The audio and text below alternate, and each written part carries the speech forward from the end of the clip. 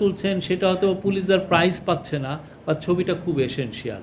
আপনি যে ভিডিওটা তুলছেন ভিডিও করছেন সেই ভিডিওটা হয়তো বা খুব বড় পুরস্কার পাবে না, বাট এটা খুব এসেনশিয়াল। এবং আপনি এসে যে কাজটা করে খুব দ্রুত অনলাইনের পাঠককে যে আপনি তাড়াতাড়ি একটা নিউজ ডেলিভার দিচ্ছেন সেটাও খুব এসেনশিয়াল। পুরো বাংলাদেশের সত্যিকার অর্থে শেখ হাসিনার আমলে কোনো মিডিয়া ফ্রিডম ছিল না। আপনারাই প্রথম আপনাদের হাত দিয়ে এই হাসিনাকে আমরা পুশব্যাক করেছি। আপনারা মিডিয়া ফ্রিডমটা খুব স্মার্টলি আপনারা আবার রিস্টোর করাতে সাহায্য করেছেন। মাল্টিমিডিয়া রিপোর্টারদের আমি গুণ কীর্তন সারাদিন ধরে করতে পারবো। এবং আপনি এই যে আমাদের এখানে যে 5 জন শহীদ হয়েছেন এরা সবাই মাল্টিমিডিয়া রিপোর্টার। তাদের যে অবদান বাংলাদেশের এই যে একটা মানে অভূতপূর্ব গণ অভ্যুত্থানে তাদের যে অবদান এটা আমরা সারা জীবন মনে রাখবো। আপনি দেখেন আপনারা যখন প্রেস ক্লাবে উঠেন তখন আপনি দেখবেন যে স্বর্ণাক্ষরে লেখা আছে যেই আমাদের যেই সাংবাদিকরা 1971-এ যারা মারা গিয়েছে, যাদেরকে খুন করা হয়েছে। ঠিক এই যে আজকে যে এই 5 জনের নাম এখানে আসছে, আমি আবারও পড়ি তাদের নাম, আমি আবারও পড়ি তাদের নামটাও সারা জীবন স্বর্ণাক্ষরে থাকবে। এবং এটার জন্য আমি মনে করি মাল্টিমিডিয়া রিপোর্টার্স অ্যাসোসিয়েশনকে আমরা সবাই একসাথে আমরা হাততালি দিই। শহীদ হাসান মেহেদি, শহীদ শাকিল হোসেন, শহীদ আবু তাহেদ মোহাম্মদ তুরাব, শহীদ প্রদীপ কুমার ভৌমিক, শহীদ তাহির জামান প্রিয়। তাহির জামান প্রিয়র জীবনী তার মা কিছুদিন আগে বলে গেছেন, আমরা চোখের পানি ধরে রাখতে পারিনি।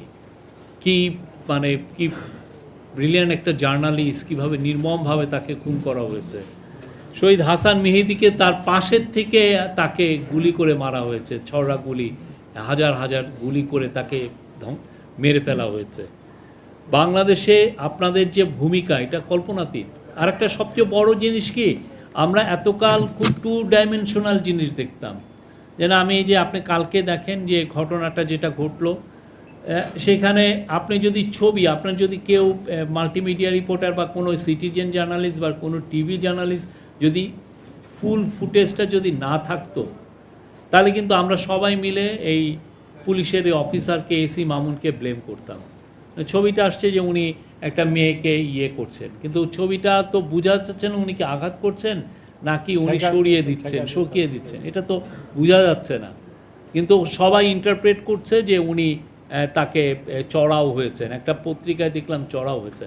এখন আমরা যারা ভিডিও তারপরে দেখলাম তখন এসে কিন্তু অনেকের চোখ খুললো যে আসলে কি হয়েছে। ঠিক তেমনি সারা বাংলাদেশে যে অনেক ঘটনা, একটা আমরা যেমন ফ্যাক্ট চেক করি, একটা ছোট 10 সেকেন্ডের একটা ভিডিও দেখে অনেকে কনফিউজ হয়ে যেতে পারে, তো ওইটার যে বাইরের যে আপনি 10 মিনিটের যার ফুটেজ আছে তা দেখে আপনি বুঝতে পারেন যে না ঘটনাটা আসলে কী ঘটেছে।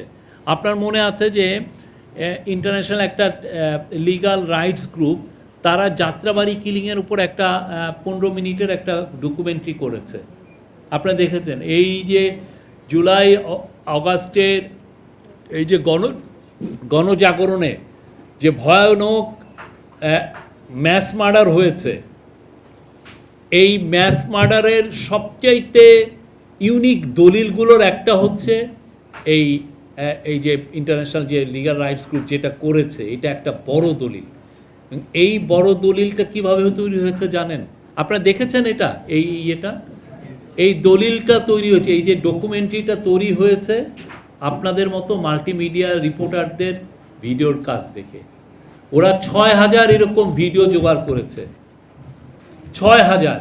সেটা দিয়ে ওইটাকে ওইখান থেকে একটার পর একটা, কারণ আপনার জানতে আছে এই লোকটার দেখা গেলো একটা লোকের একটা পাশের ছবি একটা ভিডিওতে আসছে, আর একটা ভিডিও নিয়ে এসে আর একটা পাশ মিলালো, একটা লোকের পুরো ছবিটা আসছে না, সব 7-8টা ছবি ভিডিও দেখে বোঝা যাচ্ছে। এবং এই যে ছবি তোলা, এই যে ভিডিও তোলা, এটা আপনারা রিস্ক নিয়ে সাথে দাঁড়িয়ে থেকে এগুলো করার কারণে সবাই জেনেছে এই যে আপনার যে মহৎ একটা কাজ। মানে আপনাদের আমি অবাক হয়ে যাই, কোনো বুলেট প্রুফ ভেস্ট নাই, মাথায় হেলমেট নাই, কিচ্ছু নাই, তার কি হৃদয় দিয়ে আপনার কাজটা করেছেন, মানে এটা তো সবাই মিলে আমাদের আপনাদেরকে স্যালুট করা উচিত।